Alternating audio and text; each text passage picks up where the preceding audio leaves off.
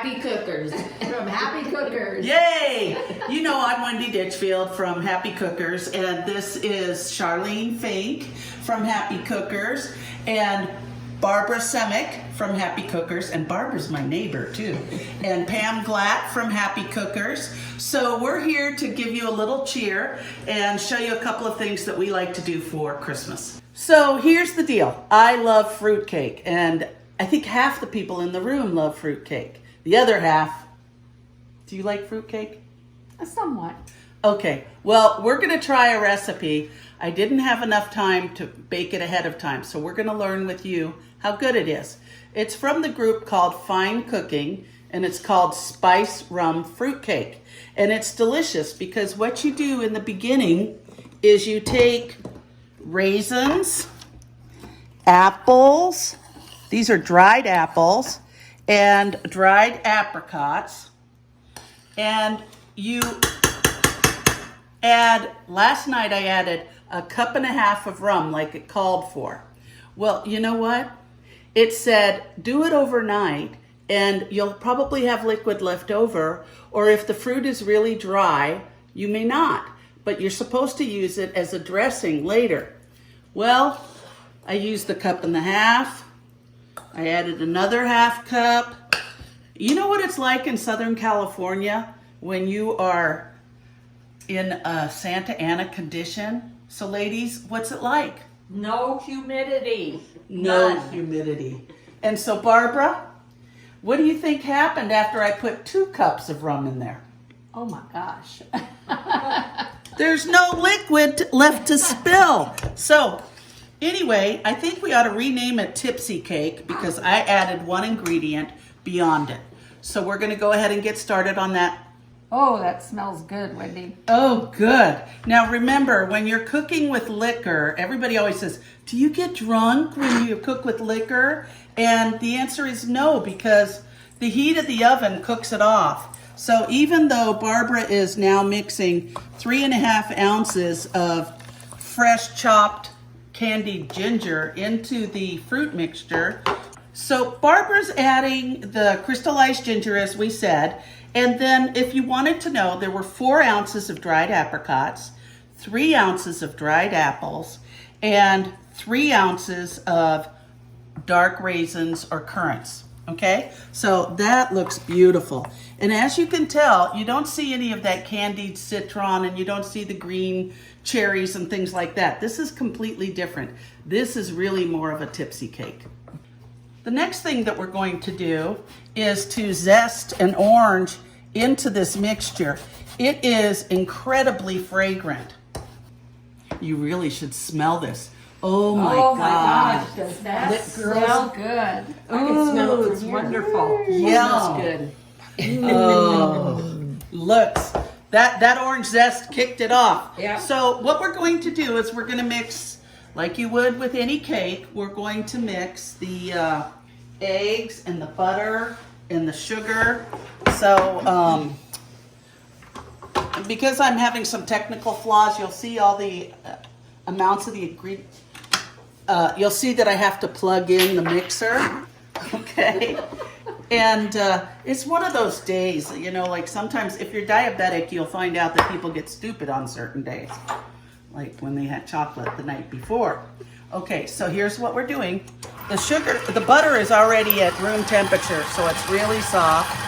And then I want to turn this down a little bit so I don't end up like Lucille Ball. We're pouring in white sugar and brown sugar, maybe.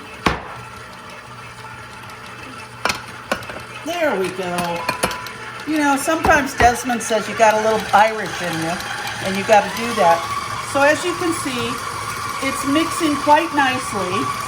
When you're making this recipe, you really want to use a heavier mixer beater, because if you don't, the real fine whisk will fall apart. So I'm doubling the recipe. The recipe calls for 3 eggs. And so what we want to do is, if we have a recipe calling for 3 eggs, we make it into 6. So in this part where we're creaming the sugar and the 2 sugars and the eggs. We've used 2/3 of a cup of brown sugar, but remember it's doubled, so I've used 1 1/3, and then 1/3 cup of granulated sugar, and I've done that now and doubled it to 2/3. I'm going to add a little vanilla extract, and you know, if you've watched me before, I like a lot of it. So it calls for like a tablespoon of vanilla extract, but I just probably put in about 2 tablespoons, I'm guessing.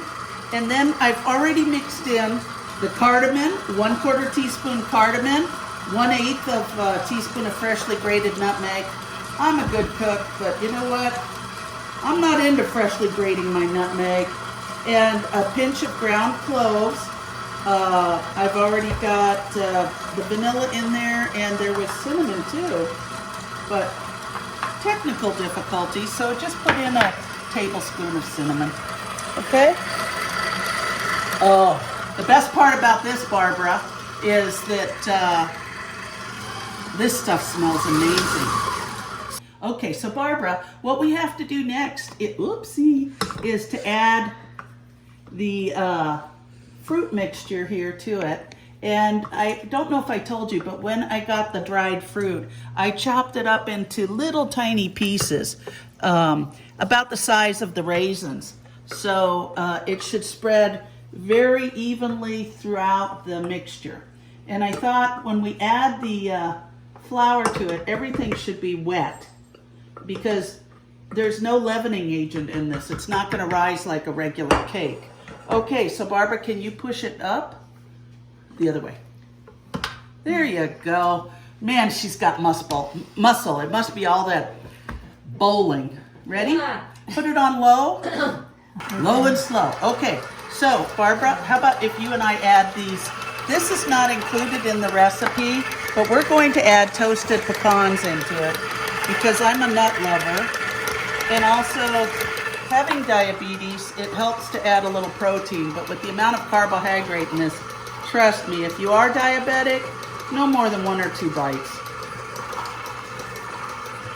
I just want to smell it cooking in the oven. Okay, now the last thing we add is the flour. So, anybody want to get a shot of that up close? Oh, wow. Looks great. Okay, so little at a time. Sorry about that, Barbara. Getting a facial. Oh, it's perfect. For free. Well, my good friend Charlene Fink said, "Where did you get those things from?" Meaning the ingredients. And the dried fruit I got at Sprouts, and the ginger and some of the other ingredients that I got, some really good like citron and stuff, because I will make another fruit cake with the traditional ingredients. I got those at Hadley's over in Cabazon. The other thing is, you see this parchment paper here? There are grids marked on it, so it made it really easy to line the pan. You line it one way this way and one way up that way. And then another place, I don't even think people in Beaumont or Banning are aware of it, but there is a new cake shop that opened. And attached to it, they have a bakery that has these kind of unusual cookies. They look like bricks.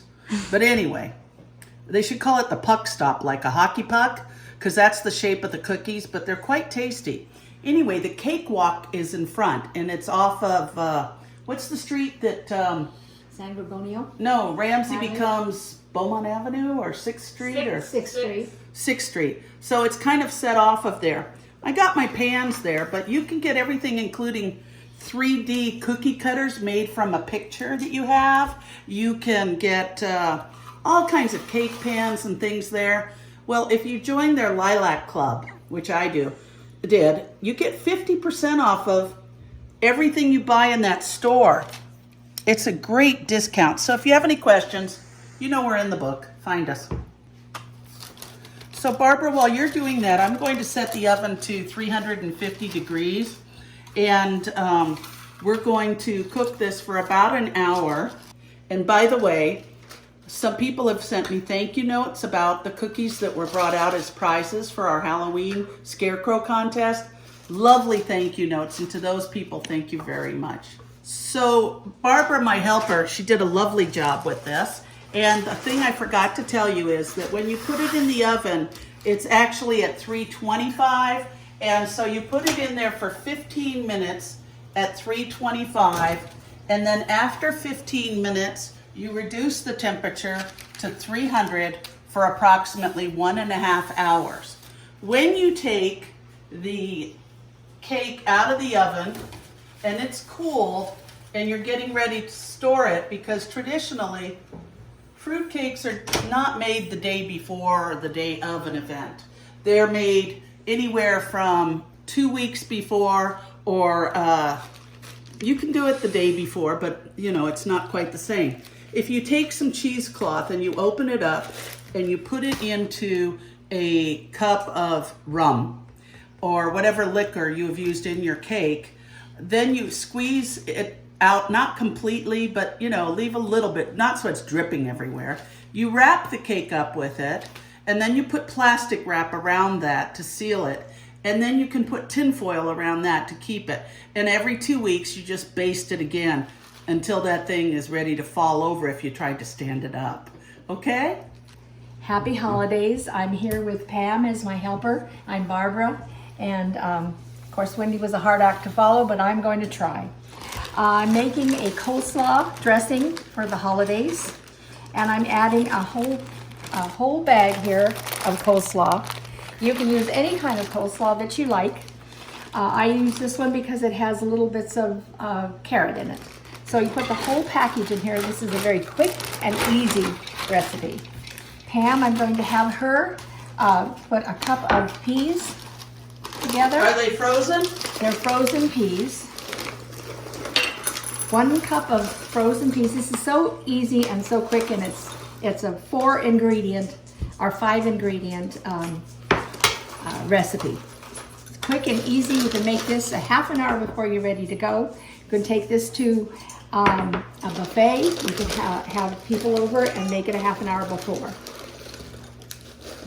Okay, while she's doing that, I'm going to take 1 cup of honey roasted peanuts, and I'm going to pour the whole thing in on top of the coleslaw.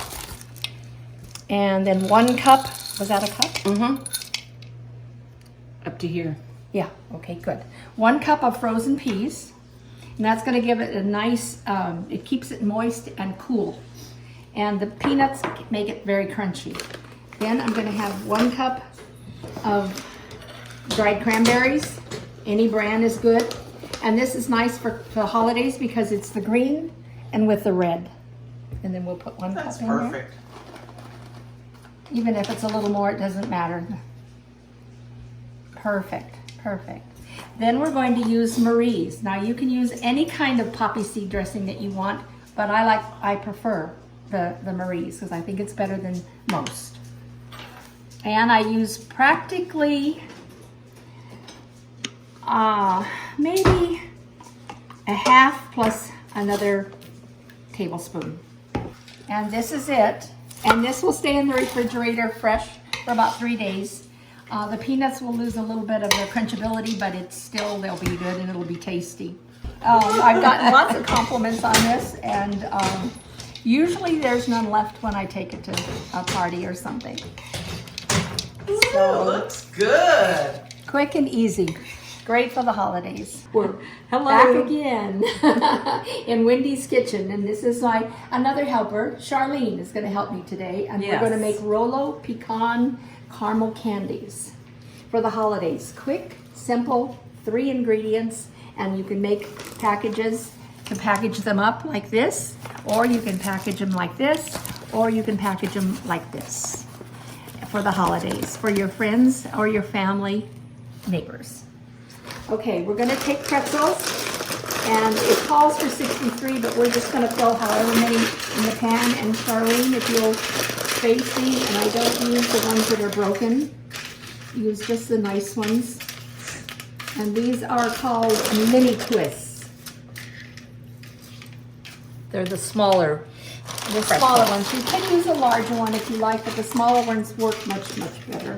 These were Sun Lake's Happy Cookers recipe that we started years ago with one of our members, Sharon Rymuth. And we would serve these to everyone who came in January for the activities day. And they would always head for the Happy Cookers table first because they all wanted one of these Rolo candy treats. They are in the Sun Lakes cookbook, and they're on page 135. If anybody has the cookbook and wants to look it up. In fact, we got people that want to buy that cookbook, and one person found it at a garage sale, so she got one. Otherwise, they're I haven't been able to find one. No, they're out of print, and we just don't have any. Mm-hmm. Okay, I think we're all set. Yep. Now, put all your pretzels on a cookie sheet and line it with foil. And Do you have to spray the foil, or no, is no, you do not. No. No. And then I'm using Rolos, and I'm going to put one Rolo on each one, right in the center. And the Rolos now come at Walmart, and they are already unwrapped for you, so you don't have to spend hours unwrapping it before you put We them on. did. We spent hours unwrapping Rolo candies. Put them that way, it'll be better. And if you'll spread them out here, I can help you put them on. Now we are ready to put these in the oven. We have preset the oven at 250. We're going to put them in for about 3 minutes. It depends on your oven. The recipe calls for 4 minutes, but we're going to try 3 because Wendy's got a brand new oven, and I'm not sure. But I used them on mine, which is the oven that came with the Sun Lakes homes, on Pulte homes when they were first built. So we're going to try this. We're going to pop them in there just to get them soft enough for about 3 minutes. Now, Wendy, which one can I use? Bottom oven. The bottom one? And where do I put them? I don't want to put them on close to the heat. Yeah, it's fine. Are you sure? Yeah. Okay. I don't want to melt them too much. Okay, 2 minutes I need. Okay. Then we have to do the final ingredient, which is pecans. So when they come out of the oven, you select your pecan, and we're going to press them right down on that melted Rolo candy. Just right down, and then you let them set right in there. And that's the 3 ingredients: the pretzels, the Rolo candy, and a pecan. Or a walnut. A walnut, you can Yeah, use we can a do walnut, walnuts too, exactly. but they just make it fabulously wonderful. It's 2 minutes already? 2 minutes. I'm going to take them out now.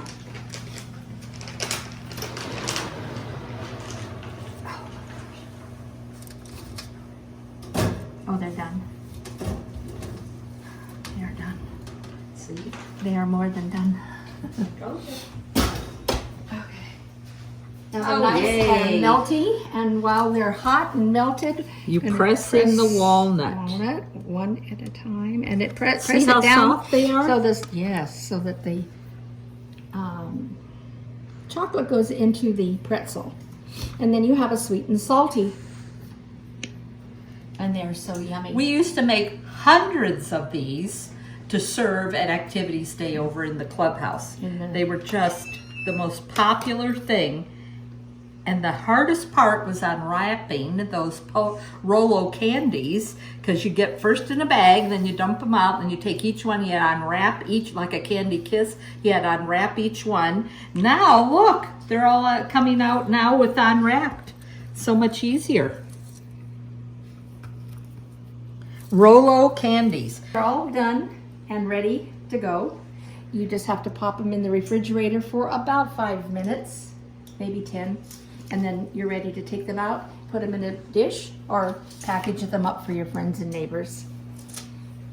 And that's it. So Barbara was asking, what are we doing? And we decided, we've been already videotaping for about an hour, and it takes about 3 hours to film 30 minutes worth of video. So here we go. We thought we would try something that Pam brought over. This is called, Pam, what's it called? Screwball. A screwball? But anyway, it's called Peanut Butter Whiskey by screwball. Right. And she wanted us to try it. So look, see, hardly any, okay? We're not drinking on the job. So cheers, ladies. We're tasting. Cheers. Yay! Oh my God. That is amazing. See, I drank hardly anything, okay? It's amazing how they get that peanut butter flavor inside of a whiskey. Yummy, And yummy. the odor, too. What did you think, Barbara? Ooh, that's good. That's good. Now that we're drinking, I wanted to include a drink that we could make for the whole family. And what I've done is I've poured in as much of this sugar bee apple cider that I got at Albertsons. You could probably get it in other places, but this one has a tendency to taste more like the ciders that we're able to buy from Oak Glen. It still has that thickness in it where it hasn't been filtered and all the sediment isn't gone, which I think really makes a big difference. I've added a couple of cinnamon sticks to the cider mix itself, a couple of cloves. You can add more or less depending on how much you like that flavor. And then you just put it on the stove on a low heat and just cook. Oh, my cookies. So we'll cover those up. Okay, ladies, I guess we should not have been drinking on the job. Ho, ho, ho. This is why you need a timer. A Yeah. one that dings. Well, I always have Alexa, and I say, Alexis, give me 3 minutes on the timer. Oh, that's a good Okay. idea. Well, maybe somebody should give me Alexa for Christmas. There you go. What do you think? I think it's at the top. That's a $300 robot. Yeah. That's a $300 robot. What, Alexa? Mm-hmm. Hey, I'm worth it. Yeah. It's only money. It's only Yeah. Do you have your fruitcakes on the timer? Yes. That's why I how didn't come turn we the didn't- other timer on. Oh. Because I don't know how to work both ovens at the they same should have time. thought about some kind of a timer or something. Bad Wendy. That's the take. Now that we have Burnt cookies. burnt cookies, anyway, we're going on to the next thing that is non-alcoholic. And so Pam, she's putting in orange slices into each coffee cup. And I like these clear ones because they could show the beauty of the drink or whatever additives you have. And my granddaughter Annabelle put a couple of cloves on each slice of orange. Thank you, Annabelle. And then Charlene, if you would add a stick of cinnamon to each one, please. Yes. Oh, isn't that lovely? Uh-oh. Nothing you can get into. No, she's eating something. Somebody asked me where the happy and happy cookers came from. Well, Pam, she has the most unusual collection of drinks. This one is Tennessee Mountain Made Salty Caramel Whiskey. And we were thinking, boy, that would really go well with the apple cider. Shall we try it, ladies? Yes. Happy Cheers. cookers. Oh my God. Oh, that's good. See, I didn't even. Yeah, that's my favorite. You know, go Yeah, with that's this mine See's too. candy. A piece of See's Oh, wow. Yeah. Too bad the garden club's not I selling know. seeds right now. Right. Barbara had to drive to Hemet yesterday to get some. Right. Oh, goodness. So Wow, good. we enjoyed it. Okay. From Amazon, you can get some apple Jello and use this for Jello shots. It's good. Apple Jello. Whoa. And we used to do in Spanish when I had a lot of the family dinners. We used to do a Spanish toast, and the Spanish toast was with 43, which is a liqueur, and any liqueur or any little shot you want to. It's arriba, afuera, adentro, or abajo. Let me do it again. Got that. Is arriba, afuera, abajo, adentro, which is down the hatch, Over the teeth. over the And teeth, pass the gum. and pass the gums to the stomach. Sounds like fun. Arriba! Yes, I like that. Okay. And this is the cinnamon flavored. That's like the Fireball. Oh, this is the Fireball. Okay. Which can't even get the top off of it. Oh, well. The next thing that we're going to do, we're not going to show you how we mix it, but this is truly fantastic. You can get it online through Target. And this is called the Dash Dog Bone Maker. It's kind of like a waffle iron. what it looks like on the inside is there are 8 different indentations for dog bones, and it gives you several recipes to make for your dogs. One of the things that you need to remember when you're cooking for an animal is you don't use salt, you don't use sugar, but you cook things like humans might want. So what we've done already is, Barbara, can you help me shape these? Maybe I'll come over shape them. here. Mm-hmm. Okay. And so what we did was we made a dough. It has pumpkin puree in it. It has unsweetened, smooth, natural peanut butter. It has 1 egg. The unsweetened natural peanut butter, 3 tablespoons. 1/2 cup of pumpkin puree, and 1 cup of wheat flour. And so what we did was we made it into these Tootsie Roll type shapes, and then we stuck it over here in each one of the indentations, and then you close it. But it's interesting, this isn't like a liquid, and they tell you while you're cooking it to rotate it, but we found that wasn't necessary on this one. We just cooked it a little bit longer. But see how there's no sugar in it? I ate one, and honestly, I think the dogs would like it better. Oh, I gave one to Stormy. Stormy ate it all. Stormy ate it all? Mm-hmm. Oh, okay. Anyway, isn't that adorable? It cooks so easily, and this made us 16 dog bones. This is what the dog bones look like when they're completed. If you cook it a little bit longer, they'll be a little bit harder. Now, why don't we go try it? What do you think? Sounds good. I gave Stormy one a little before. Go ahead and get in your chair. Are you ready, Daisy? No? It's probably because Stormy's right Okay, here. well, let's leave you one right there, okay, honey? And then the chow hound. Sit. Stormy, sit. Stay. Good girl. Yeah, she likes it. Give it to Stormy. She'll eat anything. By the way, a little boo-boo. I neglected to mention that Yvonne Montague was supposed to be part of this group today, but the weather was nice finally. She was able to go golfing. She made the dough for the dog biscuits. Yes. Thank you, Yvonne. Yeah. Tingle Bell Punch. When we have open house and people arrive, you want to have something refreshing to give them as they arrive. And what we tend to use is the name Signature Cocktail to go with the punch. Now, this one is called Tingle Bell, and we got all of our bells out here to use for decorations with the Tingle Bell. But I also call it Mingle Punch. Mingle So punch. people And that came tend to from mingle. that. You got that from cooks.com? Yes. Okay, great. Yes, All right. yes. But I've made it for years, so it's something to get people to mingle when they arrive. Oh, yes. Yeah. Okay, with the punch, the first thing you do is some cranberry juice, and I'm just using the straight cranberry juice, not the cran apple or cran raspberry. So I'm going to put in half of this.